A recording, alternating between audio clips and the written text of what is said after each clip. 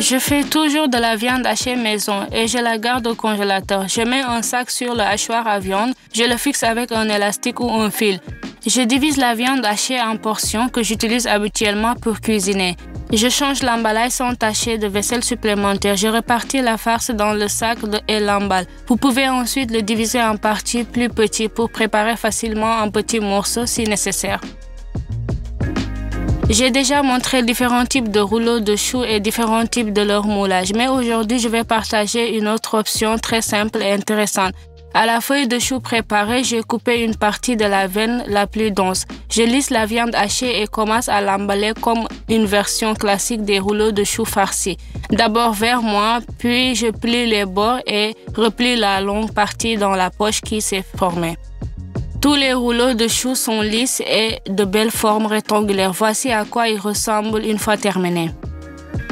Comment retirer rapidement la peau d'une aubergine cuite? Pour commencer, je refroidis un peu l'aubergine, j'enveloppe chaque aubergine dans un film alimentaire, coupe la queue, je l'ai laissé reposer pendant environ 5 minutes. Et après un tel effet, je presse l'aubergine avec facilité. La peau reste dans le film alimentaire entre mes mains. Une partie des légumes surgelés qui est restée dans le sac avant de le mettre au congélateur, il est conseillé de bien les sceller. Je plie les bords libres de l'emballage et commence à tordre doucement l'emballage. Dès que j'ai atteint le niveau des légumes, les triangles restants, je retourne les triangles de l'autre côté et voilà, tout est parfaitement attaché ensemble.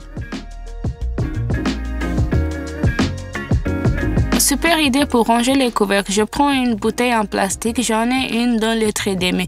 Et de deux côtés opposés, je fais de grandes découpes ovales. Et à travers ces découpes, j'ai mis des bouchons à l'intérieur de la bouteille, à la fois des bouchons à vis et des bouchons à polyéthylène. Maintenant, plus rien ne claque dans le tiroir de la cuisine. Si vous pliez le fouet en deux après utilisation, le laver ou le nettoyer avec une serviette sera beaucoup plus facile et plus rapide. Pour enlever les graines d'un poivron, tu peux le couper en secteurs séparés, les pétales et le noyau restera sur la planche. Et vous pouvez couper le poivron des deux extrémités et faire une coupe séparée, le soi-disant filet de poivron, des films et des graines. Voici la méthode que j'utilise le plus souvent pour farcir des poivrons.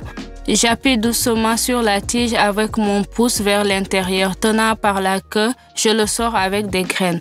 Je prépare des poivrons à congeler sous forme de coupelle.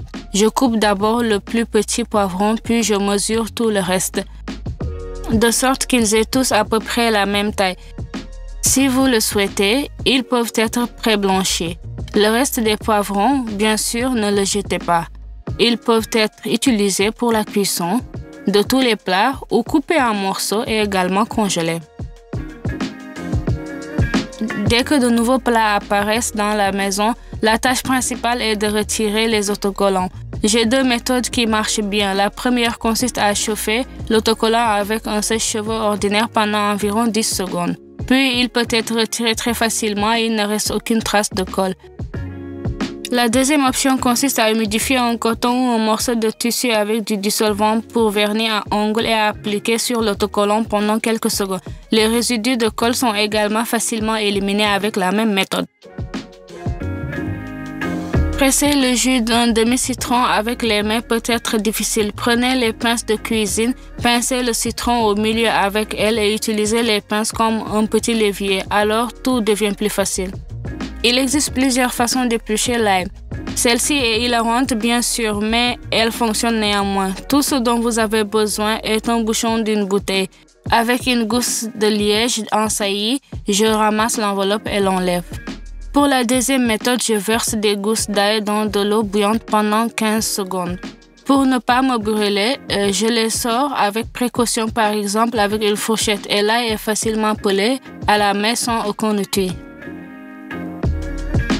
J'appuie un peu sur les légumes bouillis ou les œufs dans la grille et fais défiler. Le coupe-légumes dans le sens des aiguilles d'une montre ou dans le sens inverse des aiguilles d'une montre. Rapidement et sans tracas, je découpe pour les salades des petits cubes identiques. Quand j'ai besoin d'égoutter le jus des tomates hachées, je les mets dans un séchoir à légumes, je tourne, j'obtiens des tomates séparément, du jus et de la plupart des graines très utiles. Je mets l'œuf dur dans un petit bocal. le secoue bien et il ne reste plus qu'à déplacer la coquille. Les œufs sont prêts et très propres. Je décore la râpe avec les herbes. J'ai mis des tiges de persil dans les trous. Il peut être à la fois petit et grand. Pour plus d'effet, vous devez tirer les tiges. C'est vraiment beau. Et le plus important, c'est un moyen très pratique de séparer les feuilles vertes. J'utilise un thermomètre pour maintenir le même niveau de température de n'importe quel liquide dans une casserole. J'accroche un clip de papeterie sur la casserole et mets un thermomètre dans l'une des boucles. Maintenant, mes mains sont complètement libres. Des cuillères ou des fourchettes peuvent être utilisées à la place des pinces de cuisine. J'insère les cuillères dans le clip de papeterie, je fixe avec des boucles et je fixe avec un élastique, prêt à être utilisé.